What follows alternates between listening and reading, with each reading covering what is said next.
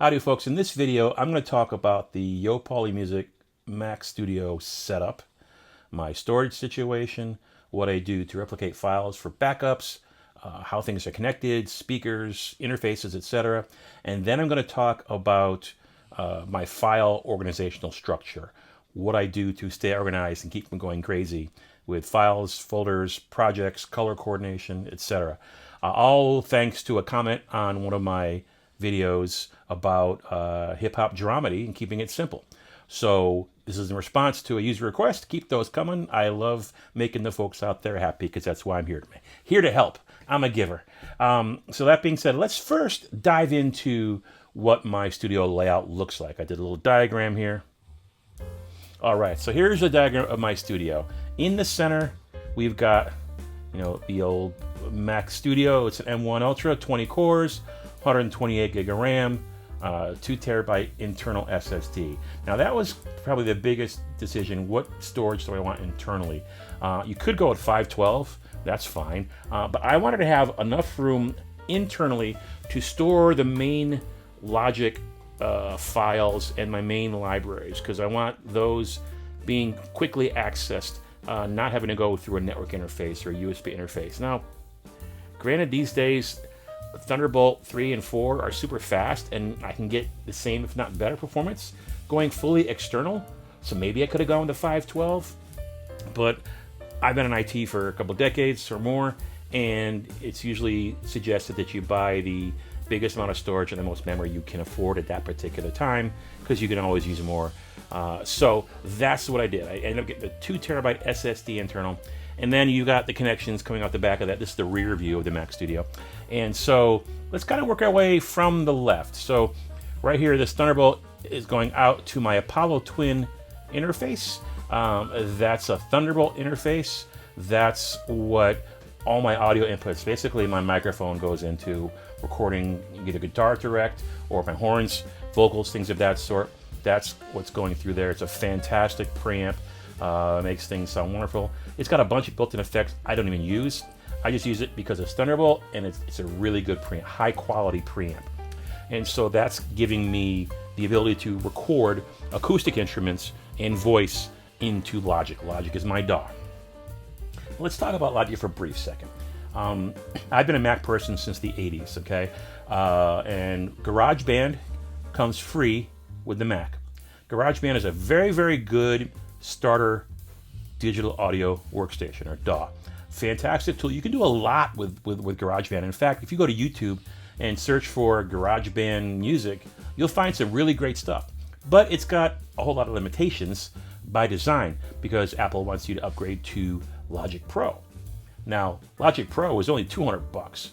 It's crazy to think that you can get a professional, state-of-the-art, one of the most popular DAWs out there for $200, and a whole bunch of sounds built in. So if you learn on GarageBand, which is free, you get used to that interface. When you upgrade to Logic Pro, you're just basically adding steroids to the same interface, a whole lot more features, and then the snowball just gets bigger as to what you can do. So if you're a Mac person, I strongly encourage you to start with a GarageBand, get your toes wet, and then upgrade to Logic. Okay, so my Apollo Twin gives me the ability to put audio into my Mac. But for me to hear it, I've got to have another interface. So I've got, this is old school, I got this Mackie Big Knob. This thing's probably 15 years old or so, but I like it. It's got a big knob. It's got lots of inputs here. So I've got 3 different speaker options. I've got a turntable going into it. This is an old school Bang & Olufsen turntable from the 80s, high quality B&O. I love that thing. So real quick, on the far right here, you see this Ion USB turntable. That's lower quality, but really good for just going straight from vinyl into your computer. Just USB, audio record, boom. You want to transfer rare records or whatever, you can do that. The Bang & Olufsen, I'm just using that Mackie Big Knob for amplification. It serves as the amp for my turntable, so I can hear it through my high quality speakers. Speaking of which, speakers. So my personal setup, I've got a pair of Yamaha HS50M near field monitors, and supported by a Yamaha HS8 subwoofer. And then for monitoring purposes, I've got a Behringer Baritone. It's a horrible, crappy mono speaker. but it's a really, really good way to test the quality of your mixes. This is a way for me to give multiple ways of listening to my mix. A pair of speakers with or without sub, and a mono speaker. So that's what's going on there on the left-hand side. Now, 90% of the time, I am using my Stephen Slate Audio VSX modeling headphones. These things, people use the term game changer, kind of loosely. It's, for me, an absolute game changer. I got them a couple years ago, a year and a half ago or so. I've got jacked up ears. I'm 80% deaf or something in my right ear due to fevers I had as a toddler because my parents both were chain smokers, and I had lots of sinus infection that caused irreversible nerve damage. So that's all shot. They had no idea I was musically gifted and could do this stuff. And they're not around anymore, so I guess it doesn't matter. So really bad there. And then I got massive tinnitus. I got a separate video where I replicate what my tinnitus sounds like. So that's a lot of fun to listen to. It's 24/7 screeching plus noises. It's a drag. So it makes mixing hard. And room conditioning, if you were in my room, you'd see foam on the ceilings. I've got bass traps in the corners, the tops, and the bottom. So I'm doing things to kill this room, the sound of this room. You got to learn your room. You got to learn your speakers, but you got to do a lot of A/B mixing. You got to say, play a Steely Dan track, play an orchestral track, play a classic jazz track, record it really well, and get used to that and understand what that sounds like, and then compare your music A to B, and get used to what it sounds like. You got to learn your speakers. You got to learn your room. But the Stephen Slate headphones are magic because they emulate different rooms, they emulate different headphones, they emulate a club, they emulate your SUV.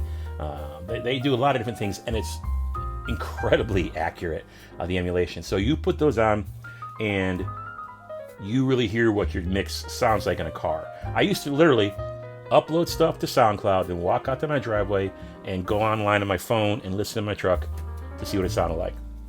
Don't need to do that anymore. I got my VSX headphones to do that. They're really, really impressive. I mean, they change how you mix. You get to audition multiple audio sources without leaving your desk, and it's incredibly accurate. You see the endorsements out there online; they're true. I've never been so pro a product in my life. It's really, and for me, because my hearing is so bad, I need something to help me mix better, and these things are fantastic. You hear anybody else hyping them up? Believe them. I've got links, by the way, to all of these things in my description, affiliate links to all these things. I don't have any sponsorships. No one here is paying me to say this stuff. I'm just sharing with you what I use. And I'm telling you, man, the Stephen Slate headphones are just unreal. They're comfortable. They sound fantastic. But listening to what your music sounds like in different rooms, it's kind of a trip. Definitely worth it for sure. So we've talked about connecting audio. We talked about connecting speakers. We talked about connecting turntables and headphones. But now, what am I doing about storage? Well, I've got 2 terabytes internal on the Mac M1, but the bulk of my stuff is on an external 8 terabyte Thunderblade from OWC, also known as Mac Sales. This is 4 rated SSDs to give me an 8 TB software RAID, high performance, great storage, a little pricey, but it's definitely worth it. I've got 8 T of storage, and I want to say that drive is probably 50% full. So I've got room to grow for sure. As a sidebar, when you're talking about hard drives, like I said, I've been in IT for a couple decades, actually 3 decades. When you have hard drives, until recently, hard drives were spinning platters, and there's a little head that had to bounce around and read. Think of a needle on a turntable, but having to move really, really fast to find pieces. And if you would get the drive would get full, that arm would just be going like crazy, and you start seeing longer read times. You start seeing error messages, etc. SSD, solid state drives, totally changed the game on that. But they both still suffer from something with regard to capacity. In the SSD, the HD world, the spinning drive world, when you got about 80% full, it was time to upgrade the drive because you're going to start having a whole bunch of errors. And the way I use an analogy here, when you move into a house and there's no furniture, you can walk clear across your living room from the front door, through the living room to your bedroom, no problem. You can do it with the lights off, there's nothing in the way. But after you live in the house for 20 years, you got furniture, you got kids, you got Legos on the floor, you got pets, there's a bunch of stuff in that room. Now you got to zigzag your way, and it takes you a little longer to get from the front door to your bedroom. Same concept applies to a hard drive that's got more and more content on it. So once you start reaching 80%, 85% capacity, and you can find that out just by right-clicking on your drive and choosing Get Info or Details, and it'll show you the capacity.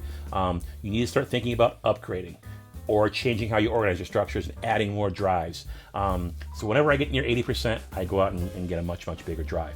And that does apply to SSDs as well. A lot of folks think that's not true, but it is true. SSD drives suffer the same issues of 80 to 90% capacity. You just don't want to worry about that, because when you start having performance problems, that increases the likelihood of drive failure. Hard drives always fail. It's not a matter about if, it's about when. So you've got to have backups, you got to have some kind of redundancy built in, and I've got that here. So we've got my 8 terabyte OWC drive, but I am backing that up or making a mirror on this Seagate 8 terabyte spinning drive, 7200 RPM drive. Since it's a backup, I don't need the SSD performance, so I can get 8 terabytes a whole lot cheaper. And I'm using an application for Mac only called SuperDuper. It's super, for lack of a better word. What it does is I say in SuperDuper, you select the folders that you want to copy from your master drive. So the 8 TB Thunderblade, that's the master, and say, make this Seagate 8T an exact mirror of the 8 terabyte Thunderblade. And every night at 2 a.m. or 3 a.m., I have a cron job that runs and grabs any changes that happen in the day and replicates them on the second drive. If I delete a directory on the main drive, it deletes the directory on the other drive. So it's not like Time Machine in that it's not keeping multiple versions of your life so you can go back in time. That's the cool thing about Time Machine. You can go back to find stuff you may have deleted that you want. I'm not worried about that. I want to make sure, because I'm very good at file organization. So that 8 terabyte Thunderblade drive, that's how I want my life to be. And then the Seagate is the mirror of that. Every night it replicates. And if something goes wrong, there's a problem, it'll pop up the next morning and say, hey, I was unable to replicate. Here's what happened. The drive was not there, or there's an error, whatever. And so it's really, really cool, very, very dependable. Now, I do have a Time Machine. You can see that right here. And that is a 4 terabyte spinning hard drive just to back up the contents of my Mac Studio. So you get your Mac Studio. That's got your main operating system, all your Mac stuff, your Microsoft Office if you use that, all of your games, all of your family pictures. That's the center of your world. And for me, this Mac is my music studio, so it's got Logic. It's got a lot of other applications around music creation and stuff for my saxophone, etc. And so that has its own backup. That's the Time Machine backup. So all my professional music content, my music production content, is on the Thunderblade, and that gets mirrored to the Seagate. Does that make sense? I hope it does. So then continuing over here, out of the back of the Mac, there's a Cat 6 cable. I'm not using wireless in the house. I've got a cable going around the room that gives me direct connectivity to my router. Nice, good performance. I've got near gigabit performance, AT&T, so it's a gig up, gig down, that's good. Now, then there's a power plug in the middle, and then I've got 2 USB 3 ports in the back. So off of that, I've got a 4-port USB 3 hub. And that's what my backup 8T drive is connected to. That's what my Time Machine is connected to. And that's what my Alesis Q88 MIDI controller keyboard is connected to. This is just a controller. It makes no noise on its own. It's just an 88 key controller with modulation and pitch bend, a couple of other buttons. It's a basic controller, very affordable. Links in the description. So second USB 3 port comes to this 11 port or 10 port hub. I can't find the 10 port anymore, so I got a link to 11 port in my description here. But on this 10 port hub, the red ports are charging specifically for iPhone and my flashlights and things like that. But then off here at the bottom, I've got this fantastic 3 slider MIDI maker controller. You can't get these on Amazon or through Musicians Direct, whatever. You got to go straight to MIDI maker. Link in the description. Very, very cool, because now you want to control your modulation or your volume and your expression. Great for strings and orchestral stuff. That's coming off. That's part to the side of my keyboard here. That's off the USB. I've got the dreaded iLock, because I got a few applications that require iLock. I hate it, but you got to have it there. I mentioned my Ion USB Turntable, great for dumping vinyl straight onto your Mac. Open space, and then my Blue Yeti. I've had this thing forever. It's got a big old bump. It fell down once and got a dent in its head. So yeah, I've been using that thing forever. I think, I don't know, 89 bucks. They're super, super affordable. Very, very good quality. And then the basics. I got my trackball, my Logi. This is probably a 12-year-old trackball. I should get something better. My keyboard, Apple is Bluetooth, no cables. And then backing all this stuff up here on the power side, I've got a CyberPower UPS. So that's a battery backup for everything. So these two Furman 8-port, 1, 2, 3, 4, 5, 6, 7, 8, 8-port power conditioner / surge protectors. These are heavy duty rack mount gear. I've got 2 of them. So all the stuff you see here is plugged into those 2. And then those get plugged into the CyberPower UPS. There's a lot of draw here. And so that CyberPower, what happens if power flickers or goes out here, which happens quite a bit. I'm in South Texas. We get thunderstorms. For some reason, when it rains bad here, my internet goes bad and power gets wonky. So I could be in the middle of a project or doing something. If power flickers, it doesn't impact my Mac at all, and it gives me time to finish what I'm doing, save my work, shut down gracefully. I mean, I could run for a while. I've gone for probably half an hour at times when I was doing stuff for work and had to get it done.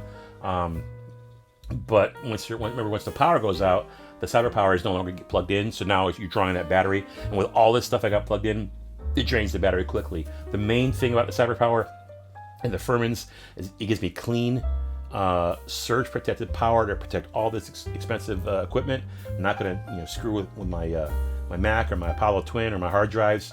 Everything is nice and clean. I forgot to mention the display. This is just an LG 32-inch. You can do whatever you want. You can go 2 monitors if you want. I had 2 monitors. I had one big monitor. These days I'm kind of like in a medium-sized monitor. At the top is that Logitech 4K webcam, which I'm using right now. And that's everything. That's the entire studio as of February of 2024. So it's Paul from the future. While I was editing this video, I realized I'm already 17 minutes in just going through my studio setup, and I had another 20 minutes more talking about file structures and folders and things of that sort. So I'm going to save that for a separate video. So we're going to end this one right now, and I'll crank that one out and follow this video with that video. Got any questions? Drop them in the comments. Hopefully this was useful information. And keep in mind, everyone has their own preferences, their own religions about storage and drives and organization and speakers and monitors and all that fun stuff. But this is what works for me. It's been working really good. This is the latest version as of early 2024, and you just get used to your setup, and then you find something different, you change it, and you're constantly tweaking because the goal is to optimize your workflow, find stuff that works, and then once it's working, don't break it. That includes not upgrading operating systems or not upgrading your DAWs if you don't need to upgrade. I upgraded Logic and from 10.2 to 10.7 or something, and I've had some problems here or there. I'm not going to upgrade to 10.8 because I'm working on a pretty big album project with someone overseas, and we're 8 songs in. It's been 9 months, and I'm not going to risk any issues with plugins or effects or file qualities or whatever. So that's it. I'm going to keep things as they are. So if it ain't broke, don't fix it. Did I say that right? I did. Awesome. Well, thanks for watching. Hope it was useful, and we'll see you in the next video.